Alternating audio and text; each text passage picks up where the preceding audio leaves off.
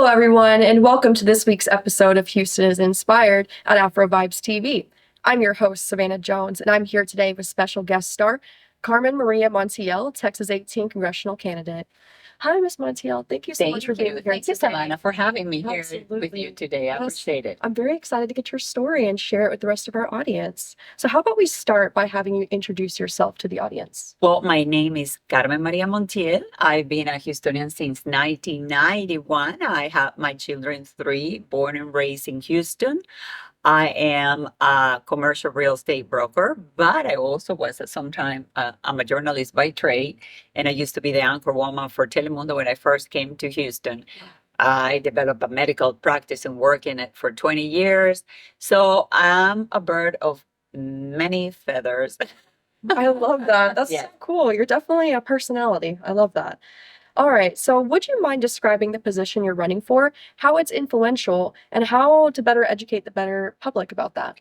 Well, as you know, there is a special election, November 4th, that's 25 days from today, is District 18. Now, District 18 really encompasses the most important areas of the city.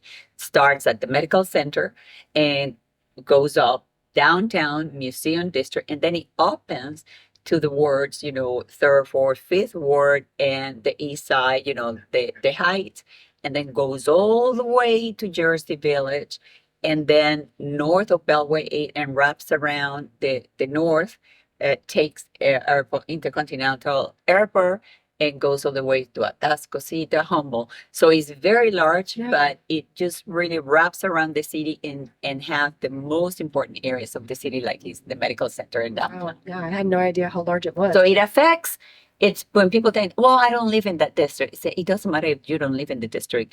What that person that represents the district does affects the whole city. Yeah, it can affect where you work, it can affect where your kids go to school, Yeah. all these things. Yeah, it's definitely larger than I thought. Wow. Yes. All right. So, the next question I have for you is what makes you the best candidate to represent District 18 in Congress? Well, first of all, because I'm not a politician. So I'm not playing the political game. I'm a citizen that is worried about what's happening in our city. I'm a citizen that understands the needs of the people as one of them. I'm a mother of three children that also understand, what is at stake and is the future of our children. And since I'm not playing political games, I'm just will be there doing the job as a businesswoman that I am and understand, that when you are in a political position, you have to run things as a business. Yeah. Yeah. I mean, you're essentially just one of us that made it. You're one of us that made it, that you're strong. And, you said, I'm going to stand up for what I believe in. And Oh. that's really cool. I love that. All right. So my next question, this one I'm really excited to hear about. And I'm sure the rest of you are excited to hear it as well. But how did your story begin? Take us back to the very beginning, the roots of what make you who you are today. Well, my story begins in Maracaibo, Venezuela, Maracaibo is in the state of Zulia, which is an oil area and it's flat like Texas. And I always say I'm in the right place because I come from a place that is about oil and cows. That is true. So I'm home. I feel right at home. And we moved to Caracas when I was 8 years old, and I went to school, graduated, and then I studied arts. And by an accident, I met the president of the Miss Venezuela pageant, and for 3 years he called me. And after a certain time, I started getting curious. I said, "Well, he persists so much that it means that probably going to win." So then I have to convince my dad, who didn't want me to go to the pageant. And well, I went. I won. I won Miss Venezuela, Miss South America, and I was second runner-up in Miss Universe pageant. And then I proceed to go to broadcasting to study journalism, which I finished here. I came to finish in United States. I graduated from East Tennessee State University, and I always said, beauty and brains are not divorced. I graduated magna cum laude.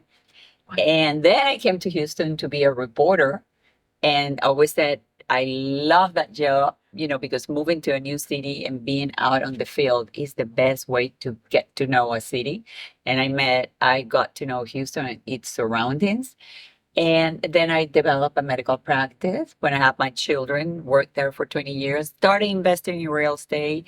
And I decided that was my goal to help investors or or people that look, because I do commercial real estate. Wow, you have one heck of a resume. And on that, it's interesting where you start from is you start from using your beauty and your capability, and you go and use your intelligence combined with that and your strength, and then you take it to the furthest level that And you let me can. tell you what happened when I won the Miss Venezuela pageant. I was a young girl. I was 90 years old. And I remember the next day I woke up and I have flower arrangements from the president of Venezuela all the way down. That's how important the pageant in Venezuela is. Yeah. And I remember looking at this and looking at my father, who didn't want me to go to the pageant, and said, Dad, I suddenly realized I have the reach to reach all these people. Yeah. And I was like, how this is not going to help me, but it can help so many people. So I came up with an idea to create a foundation, and I did the idea to help the foundation for pediatric hospitals. And that foundation expanded to Ecuador and Peru. Wow. And today it still exists in Peru. You're not afraid to go after your pursuits. I'll tell you that. I mean, you've No. accomplished so many things, for someone throughout your life, all these things you've accomplished. We hope to accomplish maybe one of these things, but you've done so many and you continue to do so many pursuits. And I will never stop. I love that. Yeah, you're a powerhouse and I love that. That's very cool. So I want to continue on with that. And I want to ask, how has your culture or your family influenced your path to success? The most important thing, where I come from, I always said it defines who I am, because I'm an American now. But the fact that I was born and raised in Venezuela and I have that Latin culture and the Venezuelan culture, I always said it defines me. It's like being like, say, well, I'm 5'9" tall and my eyes are green. I'm from Venezuela, because that I will never cease to be that. And then the family is definitely everything, because the family raise you, give you the values, teach you what's right and wrong. And my family has been so important in my life. I'm a family person, and I think that everybody should speak to their families and be worried about, being with your families and raise your children the right way. And my father always said that you need to know where you came from, so you know where you're heading to. And that's definitely the most important thing. And for me, and it's the same. It's my family, where I came from, that makes the person who I am. Yeah. I love that. It's beautifully said. We're a country of immigrants. We're a country of the American dream, hard workers, and to have that work ethic instilled in you from your family, and you continue to use that work ethic to accomplish things for our city and for your family as well. That's very impressive. And I think that you do an honor to your Venezuelan culture. And I want to make sure everyone out there knows she is Venezuelan. Yes. Just a lot of people on social media can assume things. People can assume things, Oh. mislabel. Well, and I raise my children with the knowledge that we come from Venezuela. And with that said, they need to know where it came from. And my children, like today, my son sent me a plate of pabellon, which is the typical plate of Venezuela: white rice, brisk, and black beans with sweet plantains, because they love the food. And they need to have pride where they came from. You should never be ashamed of who you are and where you came from. Yeah. I hear that in your voice when you speak. You are not ashamed to speak. You're not afraid to stand up to people and speak your mind, and that's very powerful, to come to this country and to accomplish all the things you've done here for your family and for your culture. That's very impressive, and I commend you. And I would love to see, more things that you can do in the future for our city and to improve our quality of life. And I'm Well ready. done. Absolutely. Because this is my city. This is the city where my children were born. And I've been here for 34 years. I've been here longer than I ever was in Venezuela. I came to the United States when I was 23 years old. Wow. Wow, that's impressive. So I want to kind of go in deeper about that and ask a bit more. So why do you think that you are the best candidate to represent District 18 in Congress? Because I'm not a politician. Because I'm looking out for the people. Because I know very well what the needs are and what the problems are. And my top biggest contenders, because there is 16 people in this race, but really were 4 people at the top. I'm consistently, thanks God, second in the polls. But my top 3 contenders from the Democratic side, they either are holding political positions right now, or they had held political positions, and they have done nothing for the people in District 18 or for the people in the city of Houston. They know the issues, but they have not been able to do anything. And now they come and they talk about the issues like, oh, well, now I need you to promote me to the voters. I need for you to promote me because now I'm going to do it. Okay, why haven't you done it already? So that's why I am the best person, because I will do it. And the only reason why I'm doing this is because I'm frustrated. I'm tired of the promises, and it's time for somebody that have no political interest to get here and get things done. No, I absolutely love that. I definitely like someone that can take action, and it's difficult to be a businesswoman, in this economy. It's difficult to be somebody that can run and manage a business. And, making things happen, you have to be that type of management person. You have to be somebody that can be actionable, that can say, no, I need this done now, not I need this done in a couple years or indefinitely, but you're somebody that's like, we're going to do this now, we're going to do it right. And it's so easy to get things done. You just have to do it. But if you go the political route, it'll sit there. I know for a fact that the cases of the people in the district have sat down in the office of the district for 6+ years because they really don't care. And they were writing proclamations instead of serving the people. And that's not going to happen in my office. My office, the people that is working in my office in District 18 is going to be working for the people, not writing proclamations. Yeah, fully understand that. So I want to ask a bit more about that as well. So you're saying that you want to get things done, you want to make change happen. What are some of those key points that you would like to address if you are elected? Well, one of the key points that actually affect the whole city of Houston, because as I explained to you, District 18 is really encompassed. The most important areas of the city is we need to fix the roads. We need to fix the drainage problem the city has. Yeah. We are all tired of the flooding. Like I always say, that we have normalized driving an SUV. We don't do it because it's a fashion. We do it because it's a need. We need to survive the holes or be able to navigate through the flooding waters. And also we have in the district a cancer cluster in the Fifth Ward that is been there for around 20 years or over, possibly. And everybody knows about it. Everybody knows who caused it and why, but nothing is being done. So those are the main issues to solve, because also there is around $40 billion of federal money that was allocated to the city that would have solved all these problems we have been talking about. But where is the money? I was just about to ask the same thing. Where is the money? Where is the money? Because you understand that the budget to fix the drainage problem, we only need $1.5 billion to complete the budget. And I'm telling you that there is $40 billion lost. So with that issue is already solved. So I already have a bill ready to introduce in Congress as soon as I get to Congress to audit the city of Houston and Harris County to find out where that money is.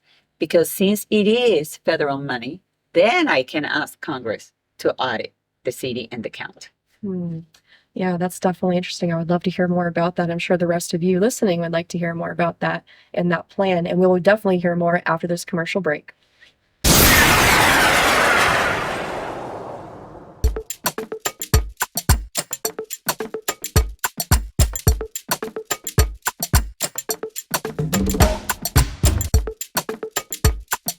Welcome back, everyone, to Houston is Inspired. Let's get back to these really interesting questions. Okay. I'm very compelled. So the next question I have to ask you is, Houston is a very diverse city. We have a lot of different kinds of people from all walks of life. How will you address the diverse needs of the people of District 18? Well, the most important thing for me is they're all Americans. And I'm just don't understand why people expecting that they should be treated differently or not put in the pot that we're American. And understand, yes, we're diverse, and yes, we have different issues to deal with, but at the end of the day, we are Americans. I love that's a very powerful statement. I think that speaks to everyone. No matter where you come from, what socioeconomic background you have, we all deserve to have a voice that's heard by our government and respected. So I appreciate that you list us all as Americans, because we all deserve that. We all deserve the same, and we all deserve to be treated equally and to have the same opportunities. But at the same time, I said, having the same opportunities doesn't mean we're going to have the same outcome. The outcome is going to depend on every person. And that then is up to them. Yeah, absolutely. I love that. It's a very powerful statement. So my next question that I have is I want to get a bit more into your knowledge on this is what is your stance on the political landscape of our country? Well, I think, as you know, I'm conservative. I'm in the right. I believe in capitalism, and I believe the socialists have taken too much ground into this country. And so much so that we are on the verge of a very difficult situation and on the verge of becoming a socialist communist country. Because I always explain to people socialism is the entry door to communism. And people says, oh, because well, now you have a Republican president and with a majority in Congress and Senate. Well, we need to look into the institutions. And the institutions, the people are not elected. Once they get to work there, they're there and they can be there forever. And our institutions are completely taken by the socialists. So the president and the Congress and the Senate can change, but they're there. And that's what we need to concentrate to clean up all the institutions and for the institutions that understand that we are a republic, that we are a capitalist country, and they need to get back to faces. And actually, all the institutions are grown too much.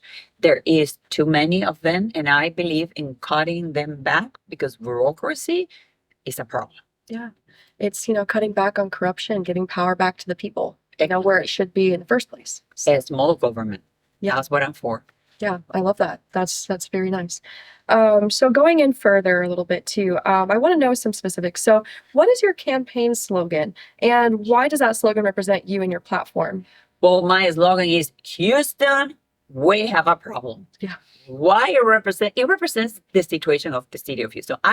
I moved to Houston in 1991, but I have been coming to Houston since the 80s because my brother was here. And I've seen this city, even though it have grown, but the problems are not solved. And of course, are getting worse. The situation of our streets is a major problem that it gets worse every day because it's not solved. The floodings are getting worse because as the city grows and we don't have good drainage, so we're going to have a worse problem. We have corruption, right? We have crime is a major problem. So we have a problem and it's not getting better. It needs to get better. And that's why you need to have me elected because I will work closely with the local government to solve the issues we have at hand. Absolutely. Do you have any plans or ability to solve those problems once you get elected? What's your first steps that you might take? Well, the main thing people need to understand that we are in Congress. What we are is to bring federal money to the city to make work, like for example, already found out there are medical programs already in place that are paid with federal money that have never been available to the people in the district. So already working with the medical center to bring these programs and to make them available to these people in my district. And then I will work as the Congress representative closely with the local government to solve the problems because people need to understand local government is separated from being part of the federal government. It's when you talk about the police, when you talk about the budget, those are things that are for the city or for the commissioner's court that are handled directly by the local government. You sound very ready to start, ready to vote you in and get started on fixing these things. So I like that. You already have your plans in mind and everything, in the works. So I love that. Many people that are running for Congress, they don't even know what they're supposed to do. And that's why they get in problems because they're starting, I'm going to fix the economy. I said, that's not up to you. That's for the president. And that's not the thing. I said, because you say, oh, well, she said she is going to the federal government. I said, but I'm not the person that can fix that problem.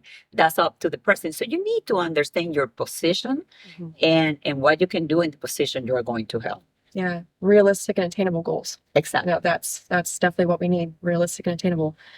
So my next question here is, I want to understand why you are the way you are as far as you're very capable, you're very smart, you're very driven to help our city. I want to get in a little bit deeper and I want to ask, what do you feel your biggest mistakes were along the way?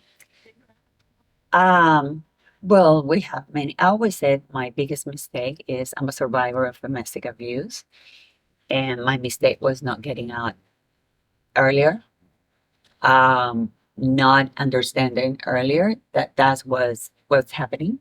Many victims said, "We don't know that that's what's happening to us," and for many years, I was mad at myself to say, "Why did I? I'm so smart. How I couldn't understand this? I now laugh." But at the same time is part of what happened. They betray you, they make you weak mentally. And one of the reasons why I stay, it was for my children, until I understood that I need to get out because of my children. And I would say that that's the only thing I look back. I don't regret having married this person because I have my three beautiful children, and that I will never regret. Thank you, Miss Kearney. Thank you for sharing that with us. And it means more than you know that you are brave enough to share that with not just me, but the public as well, so that we may understand why you are so strong and why you're such a fighter and why you get up there in front of all these men and all these opponents that you were dealing with and you speak out and you speak out proudly without shame. And I believe that people need to understand why you are the way you are. And it's inspiring to people like me and others out there who have survived these type of things. No, and I appreciate it. And like I say, I did it for my children also. And I always tell people, I said, I will fight as hard as I fought for my children for the people in my district. That's very powerful. Usually I have a quick response to say, but right now I'm floored. I'm floored by your strength as a person. And I believe the character of a person really makes a difference. Having a good, strong character in office to represent us, we need that. People need that. And especially the fact that you are a woman, doing all these things is just, I know myself as a young girl would have been so excited to see this, and then to have somebody like you doing it, a Venezuelan woman, a proud Houstonian, it's perfect to me. And it's the year of the women today. Yeah.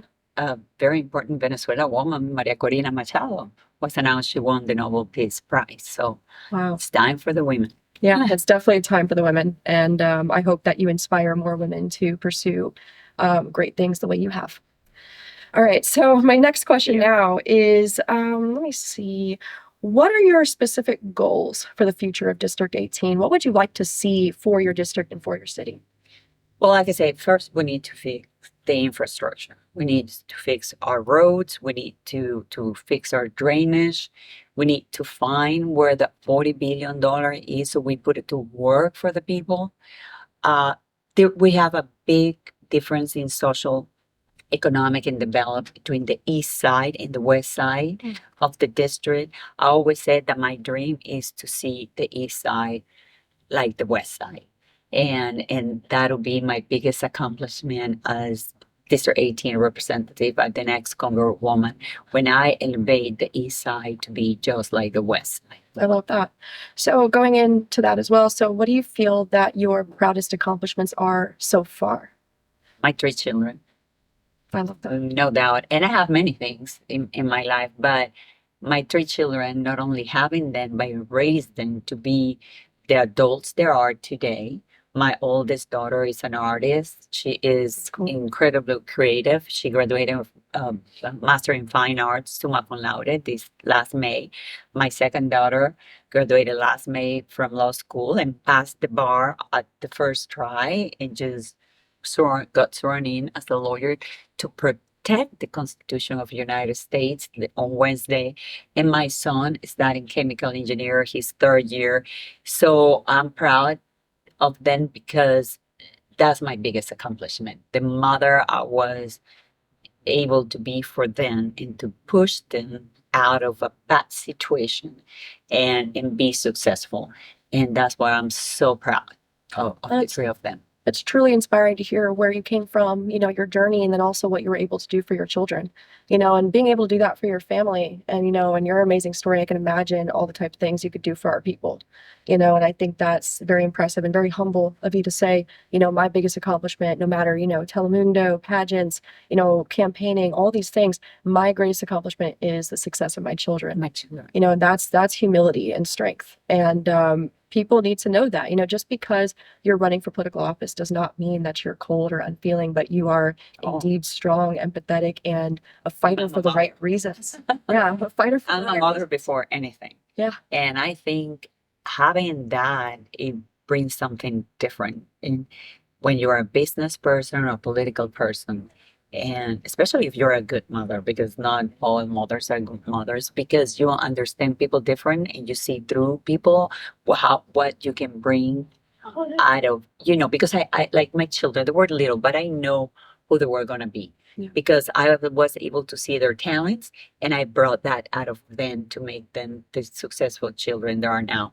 And I want to do the same thing with the people of District 18, Yeah.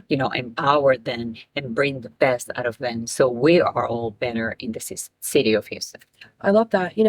One person is not enough to bring about change, but one person that can lead a whole team that can bring about change, that can actually happen. Yes. And I think that you have that leadership capability to where, it's not just going to be you that's making all these changes, but it's going to be the team that you're representing, the people that you train, that you are, that are following you. All these things are going to bring about that bigger change. It starts with someone like you that's a great leader. And let me tell you, you see my team, and I love them because they're just putting their hearts in this, and we are just thick as you can be. We're all together, working together to this purpose, and most of my team were the people that worked with me in my last election in 2022, and that says a lot. Yeah. Is I didn't have to start over. Actually, I built from the team I had before, and it grew. You brought them with you. Exactly, and we're gonna keep on growing.